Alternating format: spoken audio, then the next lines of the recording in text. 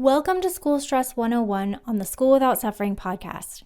I'm your host, Laura Fragamini, founder and principal academic coach of School Without Suffering, and I can't wait to help you understand what is going on in your child's head and how to help. Let's dive in.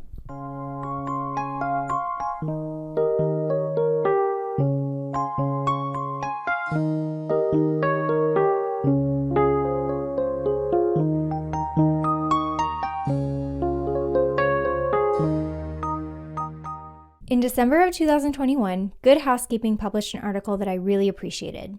You can find a link to it in the show notes. The article's bottom line was, students pick up on their parents' feelings about school performance, and experts say it doesn't help them in the long run. It's unspoken in that statement that parents' feelings about school performance are primarily anxious, and it's incredibly hard not to feel that way. We start developing a sense of stress about school performance as soon as we enter the system, at age 5 or younger. And with all the rhetoric about how college is more competitive than ever these days and students must do well in school, meaning get good grades, in order to do well in life, it's no wonder parents are stressed.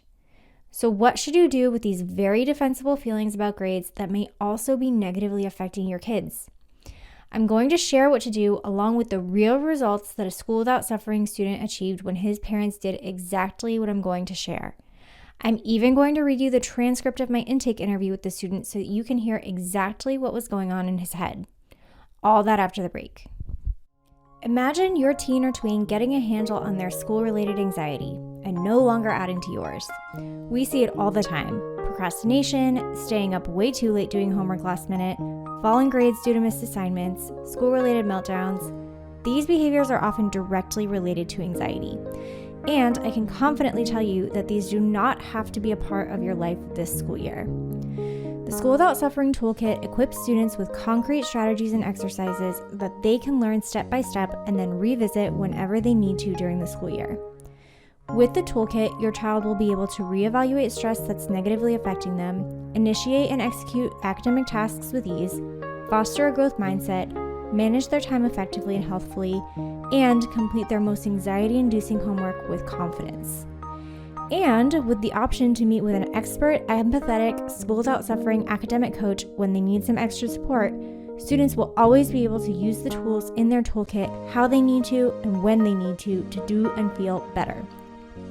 Visit schoolwithoutsuffering.com/toolkit and use discount code podcast at checkout for 10% off your purchase. That's schoolwithoutsuffering.com/toolkit.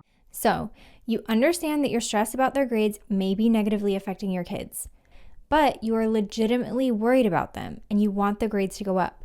So what do? One thing. Stop focusing on what the grades are so that you can focus on understanding why they are what they are. As hard as it is, if kids are struggling, the answer is to do your best to manage your stress about the low grades so you can shift your focus to understanding what exactly it is about the task of going to school, which is of course really thousands of tasks, that is causing the performance issues.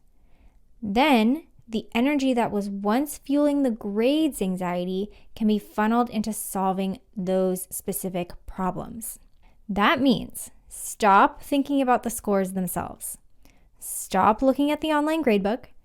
Don't think about the GPA. Don't spend any energy thinking about transcripts or score reports. You know what the grades are.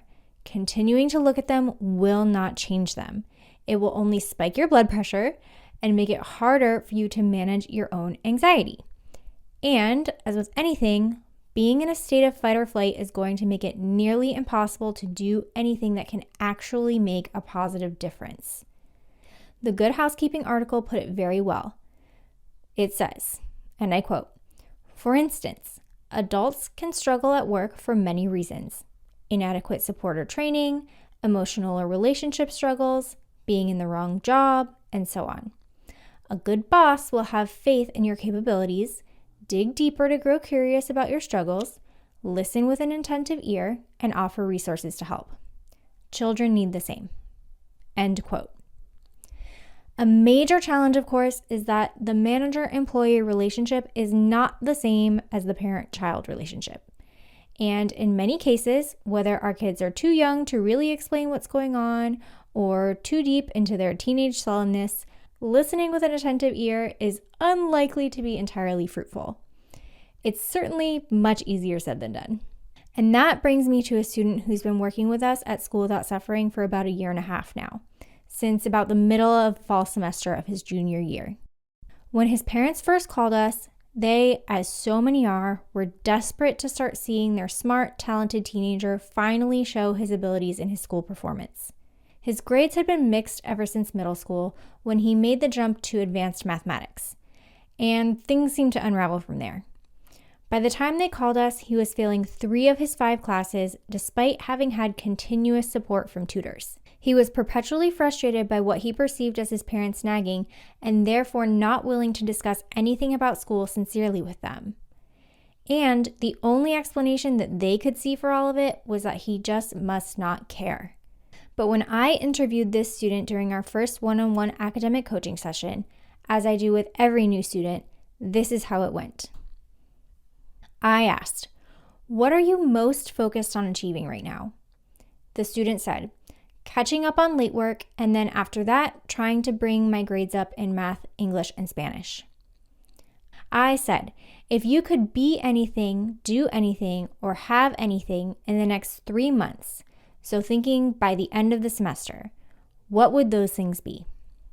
The student said, "Consistently working out, being more comfortable in class, having more free time, and having better time management." I said, "What do you think are your biggest obstacles to getting what you want?" The student said, "Myself, getting tired and not having the motivation to keep going." I said, "You're in the School Without Suffering student membership. What would you like to get out of it?" The student said, "I'm not too concerned about grades, more wanting to change my mindset, because my mindset issues are carrying over to everything in life." What stood out to me immediately was that these were not the answers of a kid that doesn't care or isn't motivated. So that was a worry that his parents could and should let go of right away. No longer focused on this student's level of motivation, we could now get down to the work of determining what was really getting in the way of his success. As I got to know him, I came to understand that he cared deeply about his grades and by extension, how he was perceived by others. In fact, he cared so much that it was causing intense anxiety, which he masked well from his parents. And that anxiety was stopping him from asking for help from his teachers. It was stopping him from completing work, and it was even stopping him from turning in the work that he had already completed. This is what was causing the failing grades. Once we pinpointed the real reason for this student's academic struggles, both he and his parents were able to let go of all the concerns they had about other potential causes for the problem and focus clearly on the right solutions. The student's mind space was finally free to learn the strategies he needed to complete his missed assignments and turn in all subsequent assignments on time. By the end of the semester, he had brought all of his grades up to B's. Not easy to do when you're starting from failing with only half a semester to go. He started the spring semester that year ahead in all of his classes. And this year, he's a senior and he's been accepted into his first choice college. And whenever I check in with his parents, they tell me they don't even think about his schoolwork anymore. Because of their son's successes, the same set of parents had their daughter start working with us as well.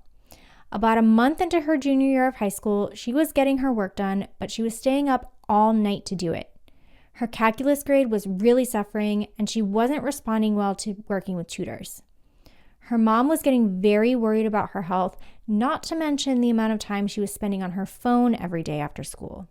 In our next episode, I'm going to share this student's story to illustrate how your family can work effectively with outside academic support when stress and anxiety rule. Be sure not to miss it.